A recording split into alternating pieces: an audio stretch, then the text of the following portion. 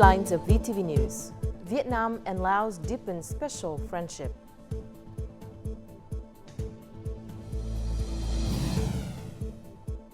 Ho Chi Minh City keeps up with good economic growth.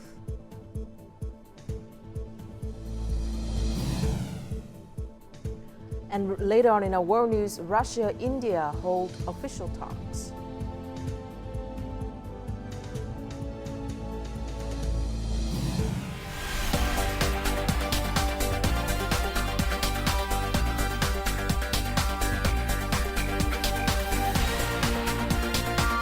Broadcasting from Hanoi, the capital of Vietnam.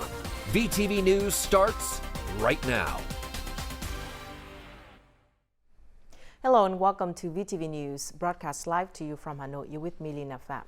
The National Conference to disseminate Regulation 144 and Directive 35 of the Politburo was held on July the 9th in a combined online format with the participation of more than 1 million party members and the attendance of State President To Lâm, former State President Trương Tấn Sang, Prime Minister Phạm Minh Chính, and National Assembly Chairman Trần Thanh Mẫn. Politburo member and standing member of the Secretariat Lương Cường emphasized the need to seriously and effectively implement the regulations and directives to create a clear change in awareness and action throughout the party and the political system and strengthen consensus in society and among the people. Particularly, each party committee, organization, and member must firmly grasp and understand the regulations, focus on their role and responsibilities, and voluntarily study, strive, self-reflect, and self-correct according to revolutionary ethical standards.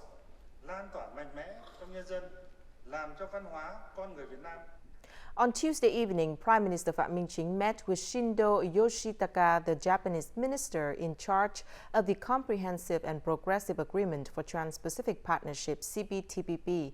The Vietnamese Prime Minister highlighted the strong development of Vietnam-Japan relations, recently elevated to a comprehensive strategic partnership. To further enhance economic ties, the Prime Minister proposed continued market openings for key products from both countries. Meanwhile, the Japanese minister praised Vietnam's economic growth and supported cooperation in new areas such as the green economy, digital economy, and climate change. He also committed to working with Vietnam to expand CPTPP membership while maintaining high standards in line with the wishes of all member countries.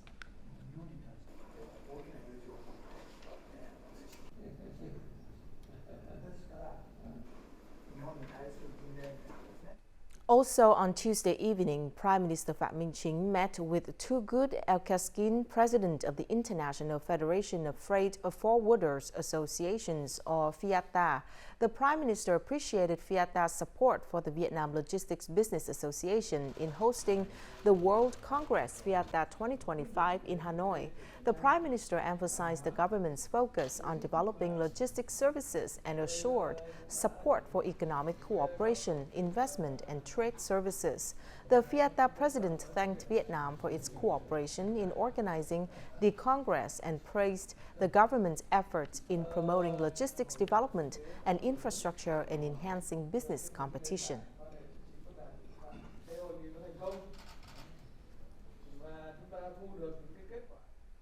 On Tuesday afternoon, National Assembly Chairman Trần Thanh Mẫn received delegations of leaders of state audit agencies of countries and international organizations for the 30th anniversary of the establishment of the State Audit Office of Vietnam. This in the following. National Assembly Chair Trần Thanh Mẫn praised the State Audit Office of Vietnam for successfully organizing an international conference on preventing corruption and promoting transparency, public integrity, and good governance. The National Assembly Chair welcomed the suggestions and solutions from international auditing agencies, noting that they provide valuable insights for Vietnam. The chair acknowledged the State Audit Office's strong cooperation with global audit agencies and international organizations. The National Assembly leader recommended that audit agencies in the region internationally enhance cooperation and share experiences to help the State Audit Office of Vietnam improve its operations and fulfill its responsibilities to the international community. International audit leaders affirmed their commitment to support and share experiences for mutual development, emphasizing that auditing, being a challenging task with an independent monitoring role, benefits greatly from the support of the National Assembly. Deputy Prime Minister Chen Hong-ha and his Russian counterpart Dmitry Chernyshenko co-chaired an online meeting on Tuesday. Topics discussed included measures to promote the two countries' practical and effective cooperation in all fields within the framework of the Vietnam-Russia Intergovernmental Committee on Economic, Trade and Science and Technology Cooperation. The two Deputy Prime Ministers reviewed the cooperation of the two countries and assessed the results that the two sides achieved when implementing the minutes of the 24th meeting of the Vietnam-Russia Intergovernmental Committee in April 2023. The two Deputy Prime Ministers also affirmed that they will direct their ministries and agencies to continue coordinating closely with each other to prepare for the 25th meeting of the Intergovernmental Committee slated to take place in 2024.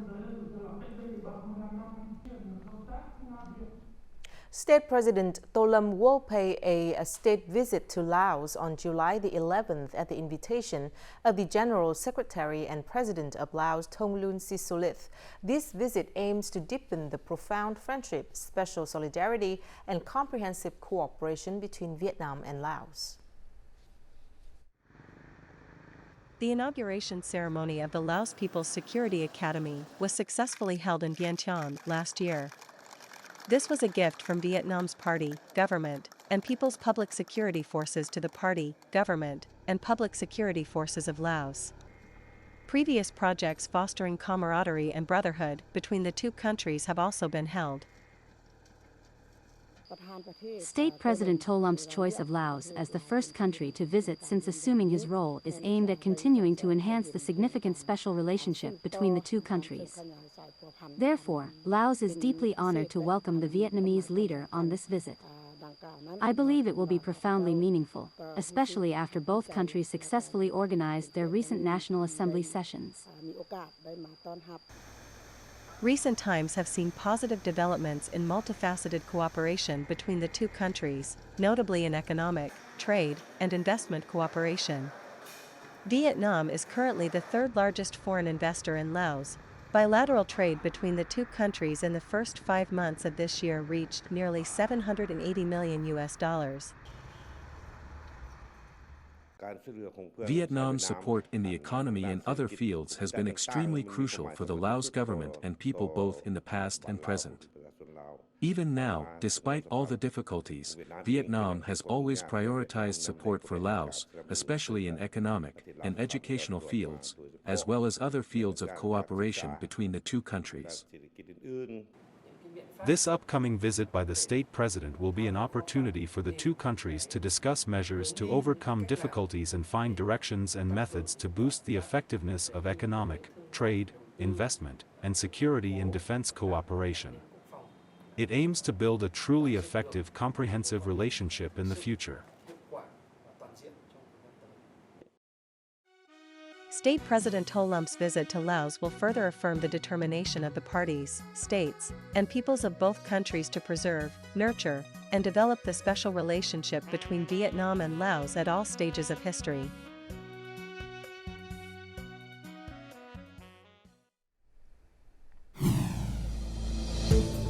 Coming up next, Ho Chi Minh City keeps up with good economic growth.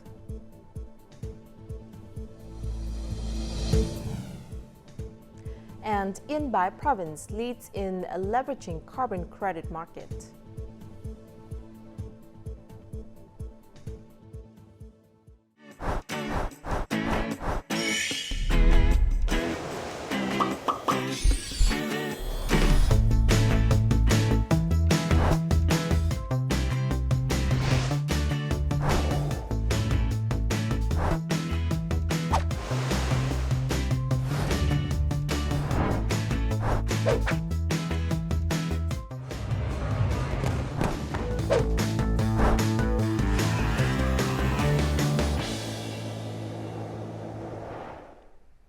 Welcome back to VTV News. Ho Chi Minh City's gross regional domestic product, or GRDP, achieved a four-year high at 6.4% in the first half of 2024. Despite global headwinds, the city managed to boost growth thanks to its flexible strategies. These strategies will serve as the foundation for Ho Chi Minh City to achieve its annual growth target of 7.5%. In the first half of the year, Ho Chi Minh City's trade and service sector experienced a robust growth of 7.26%. The logistics sector, notably, surged by nearly 20% due to a consumer shift towards online shopping, significantly driving delivery services. Various consumption and tourism promotion programs also led to a 10% rise in total retail sales of goods and consumer services. Additionally, the increase in international orders drove the city's export turnover to $20.6 billion, up 3.1% year-on-year. The growth in goods has been substantial, and the travel sector saw an impressive increase of over 60%. Other sectors, such as science, technology, and educational services, also reported strong growth exceeding 6%. The city has implemented disbursement policies that focus on 5 priority customer groups. Specifically, the Market Stabilization Loan Program has disbursed more than $208 million since the beginning of the year. This growth rate aligns with the city's economic needs. It also reflects the impact of favorable interest rates and preferential credit packages. These financial solutions have supported local businesses and promoted overall economic growth. Ho Chi Minh City has also disbursed close to $432 million in public investment capital, equivalent to 14%. While the targets have not been fully met, progress has been notable, especially with the decentralization of public investment procedures to localities. Projects with public investment capital must align with local planning. We, the authorities, know our planning best, so procedures will take less time to complete. We have disbursed more than $106 million so far. We can say our monthly disbursement target of $392 million is achievable if obstacles are resolved, particularly at district-level administrative procedures. To keep up with growth in the second half of the year, Ho Chi Minh City is advised to work on its administrative policies to address challenges and unlock resources. The city needs to implement a number of new laws. Furthermore, the city needs to keep promoting consumer demand and strengthening trade connections with other localities. Vietnam's Purchasing Managers Index, or PMI, has sharply increased to 54.7 points in June, up from 50.3 points in the previous month. Notably, the volume of orders has seen the strongest growth in over 13 years. The textile and garment industry is among the manufacturing sectors garnering the highest order volumes. Many businesses have secured export orders until the end of this year and even into the first quarter of next year. ProSport, a business specializing in sports product exports to Europe and America, reported a 15% increase in their order volume for the first 6 months of this year compared to the same period last year. Currently, we have orders scheduled for the entire year of 2024, even extending into the first quarter of next year. The significant increase in export orders is a key factor contributing to the PMI growth. Experts believe that the current rapid rise in new export orders is the fastest since early 2022. The gradual recovery in external demand for Vietnamese exports since late 2023 is having a strong positive impact on the manufacturing sector. Global trade is accelerating, so Vietnam is expected to receive surging orders. Businesses are increasing production and purchasing activities in response to growing new orders. Most importantly, they are also hiring more employees to meet production demands. The surge in orders has led to increased transportation and input costs. However, ongoing government support policies such as extending the 8% VAT rate until the end of the year and the UK and Northern Ireland joining the CPTPP will bolster Vietnam's textile and garment exports towards a monetary total of $44 billion this year. By joining the CPTPP and meeting the origin criteria, we can reduce tariffs to 0% in the UK market.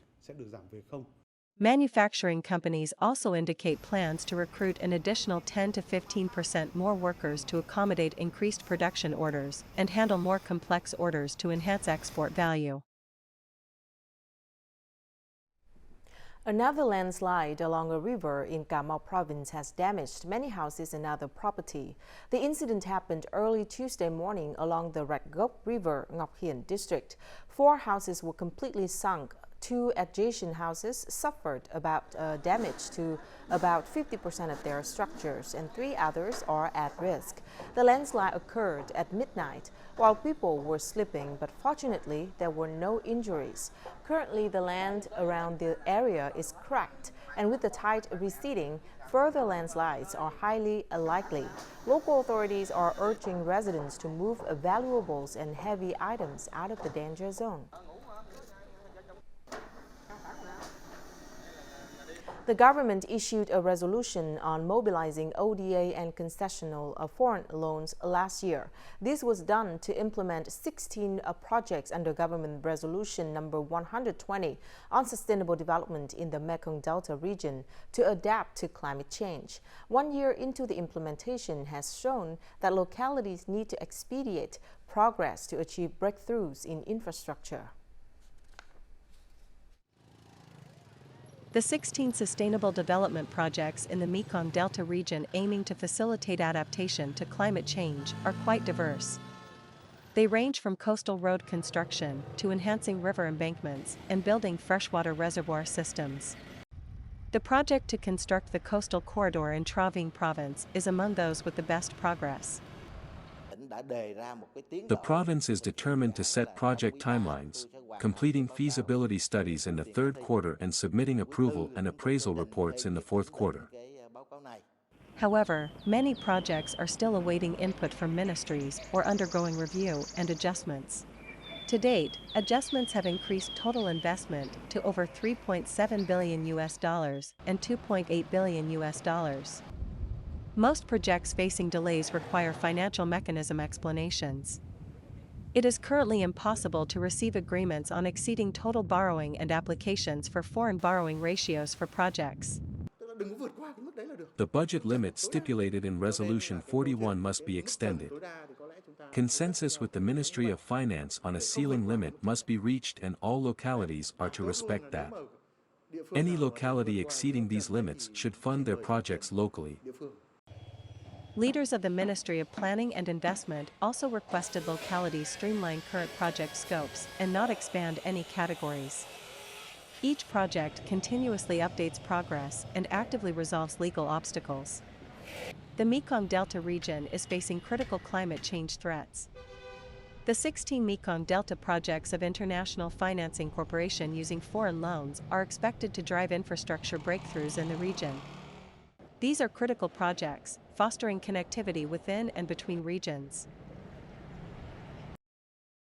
With a forest coverage rate of 63%, Yên Bái province is recognized as one of Vietnam's largest carbon pools. This resource is crucial for forest conservation efforts that align with the nation's net zero carbon commitment and other climate change responses. The province is actively developing forest management and protection initiatives to participate in the forming carbon credit market.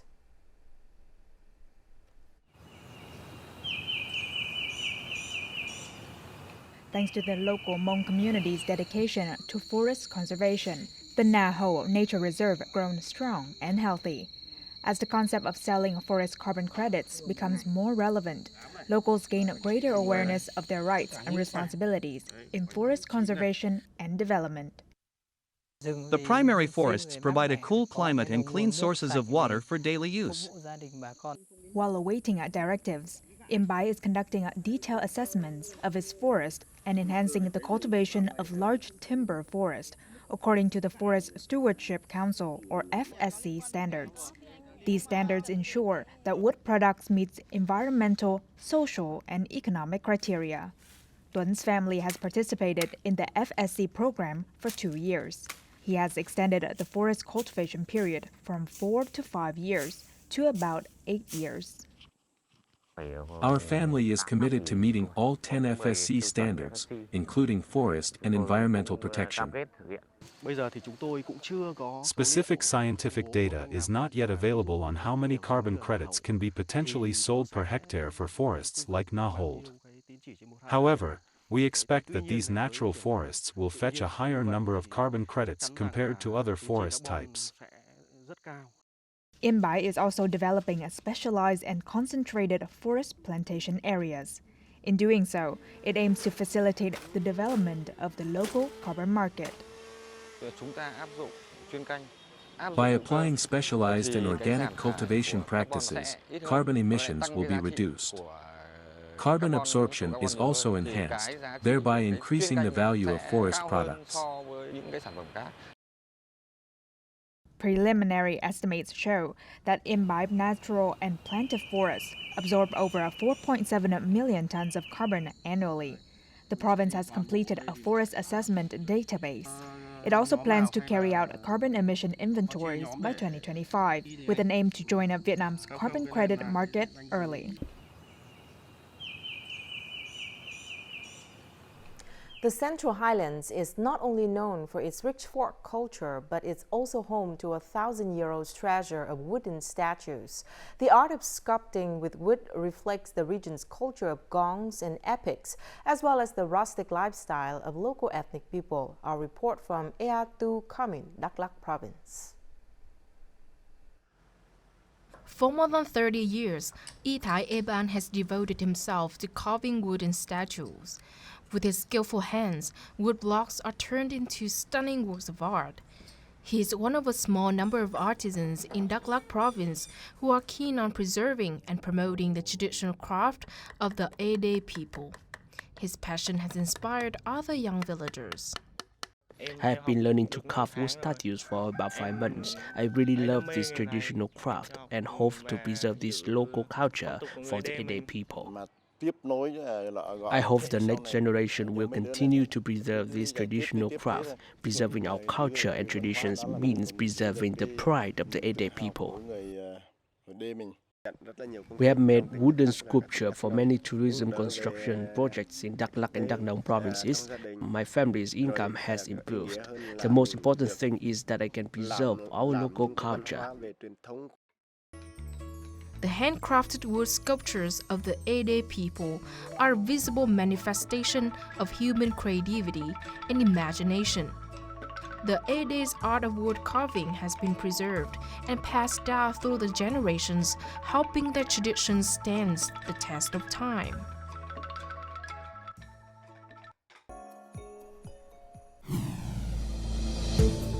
Coming up next in our world news, Russia and India hold official talks.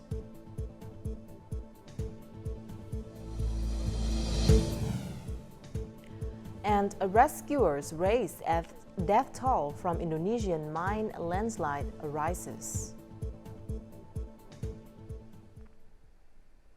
Russian President Vladimir Putin had official talks with Indian Prime Minister Narendra Modi as the Indian leader visited Russia on Tuesday. The talks were highly anticipated by the international community as they are expected to influence global affairs and bilateral relations between Russia and India. The Kremlin announced that the official discussions between both countries will include economic and trade partnerships, as well as regional and international security issues. Dmitry Peskov, press secretary for Russian President Vladimir Putin, noted that Moscow and New Delhi share a common political will to enhance cooperation across various sectors. This is particularly important as both nations are part of several organizations, including BRICS and the Shanghai Cooperation Organization. China and Belarus started joint military exercises on Monday in southwest Belarus. The exercises will last until July the 19th and are taking place at a training ground near the city of Brest, 5 kilometers away from Poland's border. The military personnel of both countries will complete a variety of tactical operations, such as night landing, overcoming water obstacles, and conducting operations in urban settings. The Chinese Defense Ministry said the drills aim to enhance the coordination capabilities and deepen practical cooperation between the two armies. At least 11 were killed and 48 went missing after a landslide hit a gold mining area on Indonesia's Sulawesi Island. The number of victims was set to continue rising as more missing persons were reported. The landslide was triggered by torrential rains on Sunday morning. Authorities deployed more than 200 rescuers with heavy equipment to search for the dead and missing. However, rescue efforts have been hampered by heavy rains, unstable soil, and rugged forested terrain. Monsoon rains caused frequent landslides and flash floods from November to April in Indonesia. However, torrential rains in July are said to be a rare occurrence. Millions of tourists visit Greece each year. However, climate change impacts, including higher temperatures, erratic rainfall, and wildfires, have threatened the future of the country's biggest economic driver. Now, as Greek islands host a record-breaking number of tourists, the burden on the water network has never been heavier. The water shortage is particularly alarming in Naxos, a mountainous island of 20,000 people near Mykonos. Tens of thousands of tourists flock to its shores each day in summer. Some measures have been adopted to reverse the water shortage. In the last few years, we have been saving water through various methods, with a plant watering system, with water-saving systems in the bathrooms, showers, and toilets in the rooms. Irrigation wells have emptied due to the lack of rain and have been contaminated by seawater. Authorities have managed to lease 3 portable desalination units that will treat seawater to make it safe to drink. But farmers will not receive any of the treated water to farm the island's infamous cheese and potatoes. This water shortage creates a lot of problems in both the agricultural and livestock sectors. There are regions, such as in Lavati, where farmers' private irrigation systems used for production have fallen to really low levels, and the local communities are very concerned that they will be without water for a third year. Further south, on Karpathos Island, authorities have imposed restrictions on topping up swimming pools. In the northern island of Tassos, officials are seeking a desalination unit to make seawater drinkable. Climate experts fear the worst is yet to come, saying once the effects of drought become visible, it is too late to take action. And now let's take a look at the weather forecast.